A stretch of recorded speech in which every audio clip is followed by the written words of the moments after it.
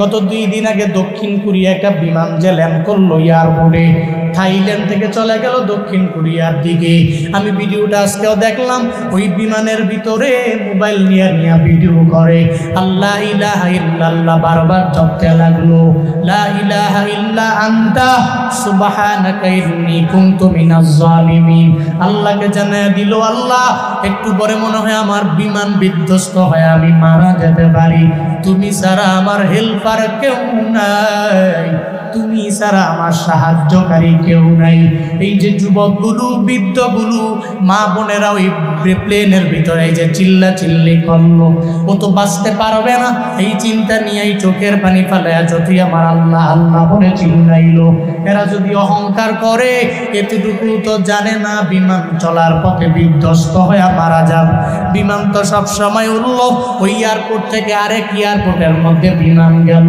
আল্লাহর ওই বান্দারা যদি জানতো আজকে আমার মরণ হয়ে যাবে, তাহলে জীবনে কোনোদিন ওই বিমানের মধ্যে উঠতো না, বিমান দিয়া যাইতো না। ওই আজকের ফ্লাইটটা ক্যান্সেল করে দাও, আমি আরো 1 সপ্তাহ পরে ফ্লাইটের মাধ্যমে আমার এলাকার মধ্যে যাব। কিন্তু আল্লাহ কয় তোর মরণ বিমান অ্যাক্সিডেন্টে, তোর মরণ আমি আল্লাহ রেখে দিলাম, তুই চেষ্টা করলেও ওই মরণ থেকে জীবনে কোনোদিন বাঁচতে পারবি না। এই যে 181 জনের মধ্য থেকে 179 জন দুনিয়া থেকে বিদায় নিল, পাইলট সহ দুনিয়া থেকে বিদায় নিয়ে চলে গেল। এই মাটির মানুষেরা এতটুকু যেই জায়গায় জানে না যে মরণের গ্যারান্টি নাই, এতটুকু যারা জানে না এরা জীবনে কোনোদিন অহংকার করতে পারে না, ঠিক কিনা? মাটির মানুষের কোনো গ্যারান্টি নাই। মাটির মানুষ জীবনে কোনোদিন অহংকার করতে পারে না, হিংসা করতে পারে না, নিজের বড়ত্ব নিজে প্রকাশ করতে পারে না। বরং যারা মাটির মানুষ চলার পথে আমার রবের শাকির বান্দারা হয়ে যাবে, রবের কৃতজ্ঞ বান্দারা হয়ে যাবে। এই যে আমি আলহামদুলিল্লাহ পড়ার পরে একটা জুমলা পড়ালাম, আলহামদুলিল্লাহি হামদান কাসীরা ইয়া রাব্বি লাকাল হামদু কামা ইয়ানবাগি লিজালালি ওয়াজহিকা ওয়া আযীমি সুলতানিক। এই যে জুমলাটা আপনাদের পড়াইলাম, পড়ার পরে কত পরিমাণে ফায়দা হয়েছে জানেন নি রে বাবা? তাফসীর ইবনে কাসীর, আল্লামা ইবনে কাসীর রাহমাতুল্লাহি আলাইহি জানায়া দেয়, আল্লাহর এক বান্দা আবেদ, অনেক বড় আলেম, এমন না বরং আবেদ, ইবাদতের লাইনে অনেক অগ্রগামী। যেই বান্দা আবেদ হয়ে যায়, জীবনেও দেখবেন ওই বান্দা তাহাজ্জুদের নামাজটা কাজা করে না। মনে রাখবেন, আমার রবের ঘনিষ্ঠ বান্দা হওয়ার জন্য তাহাজ্জুদের নামাজের কোনো বিকল্প নাই। আল্লাহর ঘনিষ্ঠ, আল্লাহর ক্লোজ হওয়ার জন্য তাহাজ্জুদের নামাজের কোনো বিকল্প। পৃথিবীতে এমন কোনো ওলি আমাকে দেখাতে পারবেন যেই ওলি তাহাজ্জুদের নামাজ ছাড়া রবের কাছে গেছে? নাই, নাই। কারণ তাহাজ্জুদ এত ইম্পর্টেন্ট একটা নামাজ, এটা গুরুত্বপূর্ণ। দুনিয়ার মানুষের দরওয়াজা যখন বন্ধ হয়ে যায়, আমার মাওলার দরওয়াজা বান্দার জন্য ওপেন হয়ে যায়। ওই সময় বান্দা যখন মুসল্লায় দাঁড়ায়, শুধু থাকে আল্লাহ আর বান্দা। বান্দা যখন ডাকে, সঙ্গে সঙ্গে আমার মাওলা সাড়া দিয়া দেয়। তাফসীর ইবনে কাসীরের মধ্যে আল্লামা ইবনে কাসীর রাহমাতুল্লাহি আলাইহি জানায়া দেয়, আল্লাহর এই বান্দা আবেদ গভীর রাতের মধ্যে হঠাৎ করে মুসল্লা বিছাইয়া মুসল্লার মধ্যে বসে গেল। আল্লাহকে বলতে লাগলো, আল্লাহ গো, ফজরের নামাজের পর থেকে আমি ঘুম থেকে জাগার পরে নামাজ যখন আমি আদায় করলাম, আমি নামাজ আদায় করার পরে এই ঘুমাতে যাওয়ার আগ পর্যন্ত তোমার কত নিয়ামত আমি খাইলাম। এমন কোনো নিয়ামত নাই যেই নিয়ামতগুলো তুমি আমারে দিলা না। সব নিয়ামতগুলো তুমি আমারে দেওয়ার কারণে আমি খাইতে পারলাম। আল্লাহ গো, তুমি ছাড়া আমার নিয়ামত দেনেওয়ালা কেউ নাই। একটা পাখিরে তুমি খাওয়াইলা, একটা মাছেরে তুমি খাওয়াইলা, আমি বান্দাটারেও তুমি কত মায়া করে খাওয়াইলা। এই সিরাজগঞ্জের মুসলমানেরা, এই শেরপুর মধ্যভাগের মুসলমানেরা, একটু আওয়াজ দাও না। ফজরের পর থেকে ঘুমোতে যাওয়ার আগ পর্যন্ত কেউ তো তোমারে খাওয়াইতে পারে না, কিন্তু একজন তোমারে খাওয়ায়। চিল্লায়া বলো তার নাম। কে খাওয়ায়? কে নিয়ামত দেয়? এই জন্য মাঝে মাঝে দেখবেন হঠাৎ করে এক জায়গায় গেলেন, একজনে কয়ে বসো, এই আরে খাবার দাও, আপনি অবাক হয়ে যাবেন, এই আমি তো কল্পনাও করতে পারি নাই যে জায়গায় আমার রিজিক লেখা আছে। তখন বলে যে আলহামদুলিল্লাহ ভাই, আমি কল্পনাও করতে পারি নাই আমি যে এই জায়গায় তোমার সাথে বসে খাবো, কিন্তু খাওয়াইছে কে? আপনি মারা যাবেন দুপুরে, সাপোজ জোহরের পরে আপনি মারা যাবেন, ফজরের পরে যদি এক গ্লাস পানি আপনার নসিবে থাকে, আপনার দরবারে পৌঁছবে, খাওয়াবে কে? আরো জোরে বলতে হবে কে?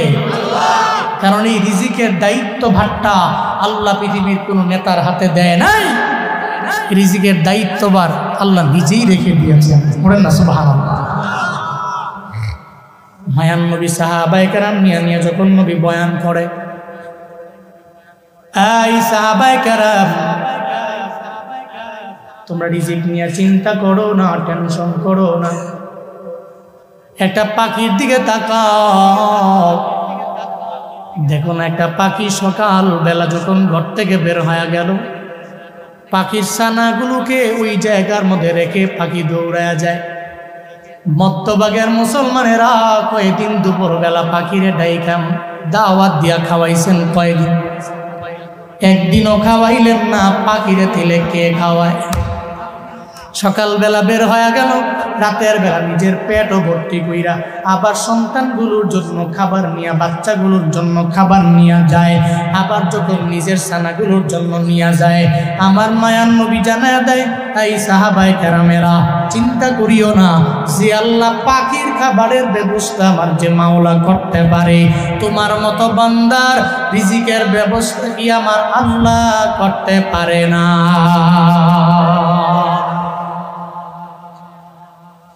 সব রিজিকের দায়িত্বভার আমার মাওলার দরবারে। চিন্তা করে বিন্দু মাত্র পরিমাণ লাভ হবে না রে বাবা।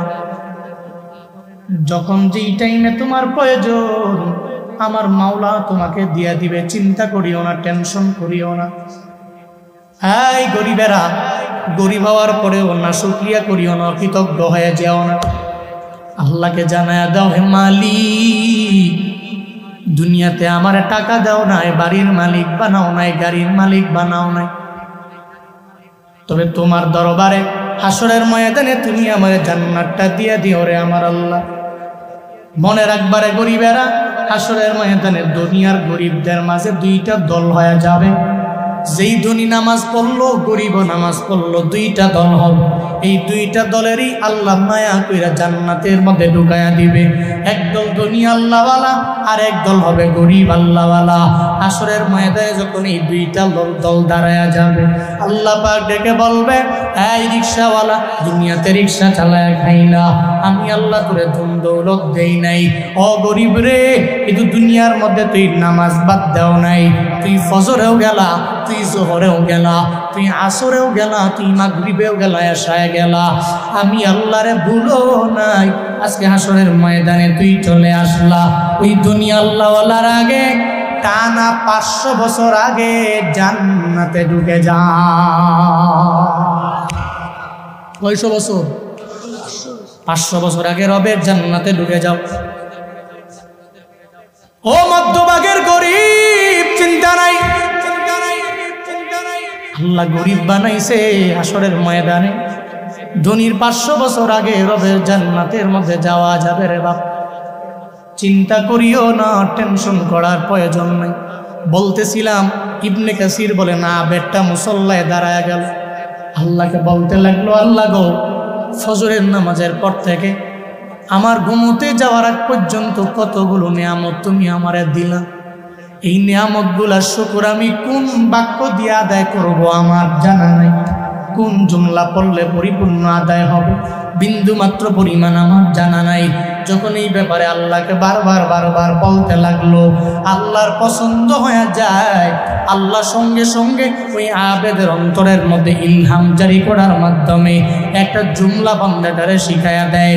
সে পড়তে লাগলো, ইয়া রাব্বি লাকাল হামদু কামা ইয়ামবাগি লিজালালি ওয়াজহিকা ওয়া আযীমি সুলতানিকা। আল্লাহ গো, তোমার সালতানাত যত পরিমাণে বড়, আমি তোমার তত পরিমাণে প্রশংসা আদায় করে নিলাম। ও দয়ার মালিক রব, তোমার রাজত্ব যেই পরিমাণে বড়, আমি ওই পরিমাণে তোমার প্রশংসা আদায় করে নিলাম রে আল্লাহ। যখন এইভাবে বান্দাটা বলে উঠলো, ডান কাঁধে আর বাম কাঁধে দুইজন ফেরেশতা আছে না নাই? আসেনি নাকি? সবার কাঁধে আছে, উবাইদুল কাদের হাতের কাঁধে নাই? হ্যাঁ আসেনি? এরা তো মনে করতো আমার কাঁধে মনে নাই, কারণ আমগুলো যে পুলিশ ঘুরে, সেনাবাহিনী ঘুরে, এগো গুলি দিয়ে ডান কাঁধের ফেরেশতা বাম কাঁধের ফেরেশতা ভয় পেয়ে গেছে। হ্যাঁ আছে না নাই? ডান কাঁধের ফেরেশতা বড় অবাক হয়ে যাবে, আবেদ যে এতদিন পর্যন্ত আলহামদুলিল্লাহ পড়ল, কিন্তু ইয়া রাব্বি লাকাল হামদু কামা ইয়ামবাগি লিজালালি ওয়াজহিকা ওয়া আযীমি সুলতানিকা এই জুমলাটা পড়ে নাই। এতদিন আলহামদুলিল্লাহ পড়লো, কিন্তু এখন থেকে কেন যেন বাড়ায়া বাড়ায়া আবেদটা পড়ে। ডান কাঁধের ফেরেশতাকে আমার আল্লাহর পক্ষ থেকে বলা আছে, ডান কাঁধের ফেরেশতা তোমারে জানায়া দিল, সুবহানাল্লাহ যদি পড়ে 10টা নেকি বান্দার আমল নামায় দিয়া দিব। কেউ যদি আলহামদুলিল্লাহ পড়ে 10টা নেকি বান্দার আমল নামায় দিয়া দিবা। কেউ যদি আল্লাহু আকবার পড়ে নেয়, তাহলে 10টা নেকি বান্দার আমল নামায় দিবা। কিন্তু ইয়া রাব্বি লাকাল হামদু কামা ইয়ামবাগি লিজালালি ওয়াজহিকা ওয়া আযীমি সুলতানিকা, এই জুমলাটা পড়ার পরে কত নেকি দেওয়া লাগবে আল্লাহ বলেন নাই, আল্লাহ জানান নাই।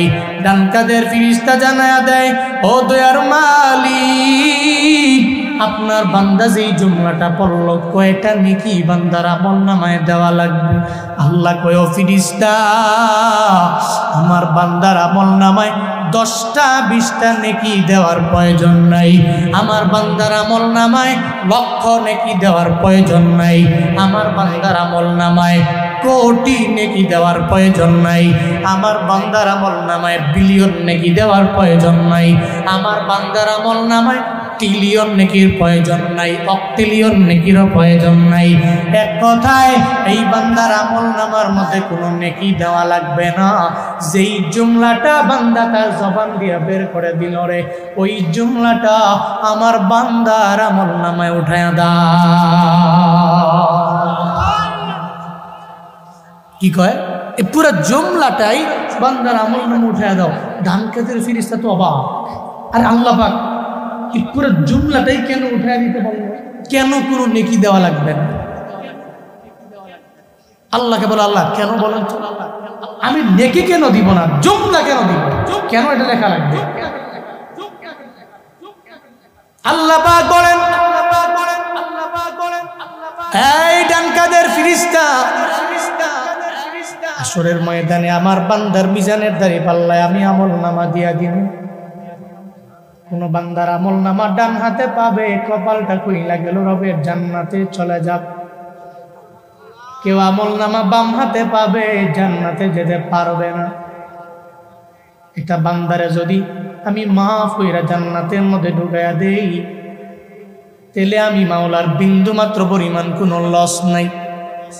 একটা বান্দারে যদি জাহান্নামে ঢুকাইয়া দেই, আমি মাওলার বিন্দু মাত্র পরিমাণ লাভ নাই রে। ডান কাঁধের ফেরেশতা আমার বান্দার যখন জাহান্নাম ওয়াজিব হয়ে যাবে, যখন সে জাহান্নামের দিকে দৌড়ায়া যাবে, আমি আল্লাহ তার সামনে দাঁড়াইয়া আমি তারে বলবো, বান্দারে আমল নামাটা আবার আমার হাতের মধ্যে দিয়া দাও। আমি আমল নামা দেখবো একটা উসিলায় বান্দাটাকে মাফ কইরা জান্নাতের মধ্যে ঢুকাইয়া দেওয়া যায় কিনা। ওদিন আমি আমল নামাটা হাতের মধ্যে নেওয়ার পরে যদি তাকায়া দেখি আমার বান্দাটা ইয়া রাব্বি লাকাল হামদু কামা ইয়ামবাগি লিজালালি ওয়াজহিক ওয়া আযীমি সুলতানিক, এই জুমলাটা তার জবান দিয়া বের করে দিয়েছে। ডান কাঁধের ফেরেশতা এই জুমলাটা আমল নামার মধ্যে উঠায়া দিয়েছি। আমি তার আমল নামে এই জুমলাটা দেখার পরে আমি আল্লাহ জানায়া দিব, ও বান্দারে জাহান্নামে আর যাওয়া লাগবে না, লাগবে না, লাগবে না। আমি আল্লাহ তোরে যদি জাহান্নাম থেকে ফিরে জান্নাতের মধ্যে ঢুকায়া দেই, আমি আল্লাহর বিন্দু মাত্র পরিমাণ লস হবে না। ও বান্দা যাও যাও, আমি রবের জান্নাতে ঢুইকা যাও।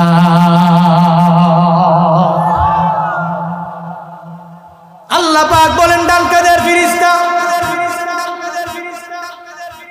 বান্দার এই আমল নামাটার কারণে আমি আল্লাহ তারে মায়া কইরা জান্নাতের মধ্যে ঢুকায়া দিব। এই জন্য রবের শুকর করলে কত পরিমাণে দাম জানি রে বাবা।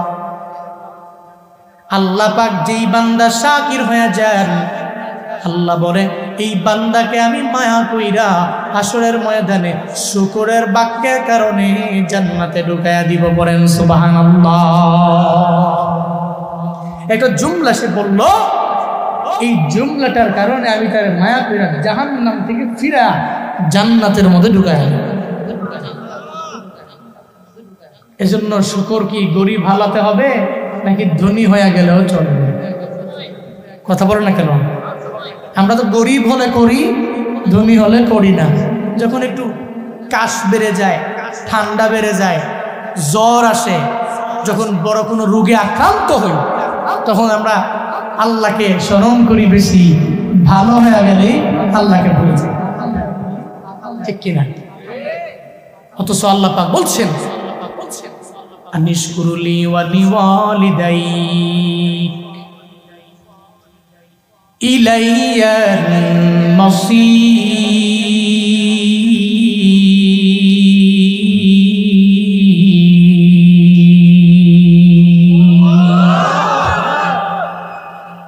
আল্লাহ বলেন এই মানুষ, এক নম্বরে আমি রবের শুকর আদায় করে নাও, কারণ আমি আল্লাহ তোমার মালিক, আমি তোমার জান্নাতের মধ্যে ঢুকাইয়া দিব। এক নম্বরে তুমি আমার শুকর আদায় করো। আমি আল্লাহ শুকর আদায় করার পরে দুই নম্বরে তুমি মা বাবার শুকর আদায় করে নাও। আমি আল্লাহ হলাম সরাসরি তোমার মালিক, আর মা বাবা হলো দুনিয়াতে আসার বান্দা, তোমার জন্ম উসিলা। ও মধ্যভাগের যুবক, ও বৃদ্ধ বাবাজি, এক নম্বরে রবের শুকর আদায় করে নাও, দুই নম্বরে মা বাবার শুকর আদায় করে নাও। কে বলছেন? আমি না আল্লাহ? কে? আল্লাহ পাক বলেন এক নম্বরে আমি রবের শুকর আদায় করো, দুই নম্বরে মা বাবার শুকর আদায় করো। আল্লাহ শুকর আদায় করলে ফায়দা কি? বলে আল্লাহরে যদি রাজি বানানো যায়, আল্লাহকে যদি সন্তুষ্ট করা যায়, তাহলে হাসরের ময়দানে ওই রবকে সন্তুষ্ট করলে রব মায়া কইরা জান্নাতে ঢুকায়া দিবে। এবার আল্লাহর পরে কেন মা বাবার করা লাগবে? কেন মা বাবাকে রাজি করা লাগবে? কেন মা বাবাকে সন্তুষ্ট করা লাগবে? ফায়দা কি হবে জানো রে বাবা? মায়ার নবী জানায়া দেয়, দিজর রব্বি দিজল ওয়ালিদাইন ওয়া সাকাতুর রব্বি ফি সাকাতিল ওয়ালিদাইন। একটা মা বাবা সন্তানের প্রতি যদি রাজি হয়ে যায়, আল্লাহ পাক বান্দার প্রতি রাজি হয়ে যায়। মা বাবা যদি অসন্তুষ্ট হয়ে যায়, আল্লাহ বান্দার প্রতি অসন্তুষ্ট হয়ে যায়। আব্বা আম্মা রাজি তো রাজি কে? কথা কয় না কেন? আর আব্বা আম্মা রাজি না, তাহলে অসন্তুষ্ট কে? এর মানে বোঝা গেল আল্লাহ পাক বলছেন এক নম্বরে তুই আমার, দুই নম্বরে তোর আব্বা আম্মা।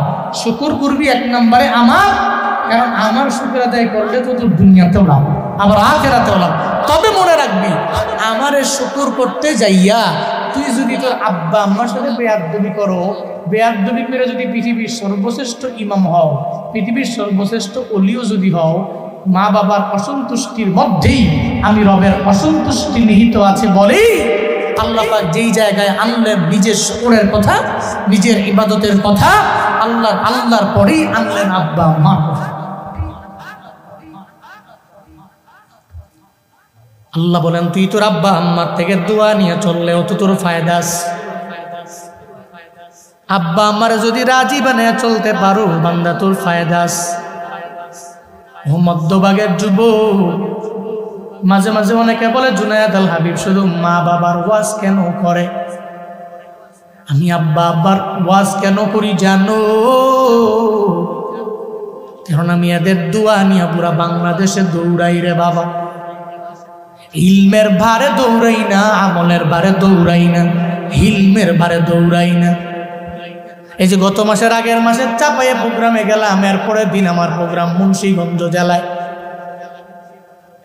রাজশাহীতে যাওয়ার পরে আমার বন্ধু বান্ধবেরা আমার বলতে লাগলো, আমি জানলাম বুঝলাম, আমি এতটুকুই মনে করলাম যে তুমি চাপাই প্রোগ্রাম করে ঢাকায় যাবা না, তুমি চাপাই থেকে যাবা 2-3 দিন ছুটি কাটায় এরপরে তুমি তোমার বাড়ির মধ্যে যাবা। আমি বললাম না, কালকে আমার মুন্সিগঞ্জের মধ্যে প্রোগ্রাম ধরা লাগবে। কেমনে পারো বন্ধু, কেমনে পারো? সে আমারে প্রশ্ন ছুড়ে দিল, কেমনে পারো? আমরা মাঝে মাঝে চাপাই থেকে যখন ঢাকায় যাই, এরপরে 2 দিন রেস্ট করা লাগে, এরপরে আবার ঢাকা থেকে আবার চাপাই আসি।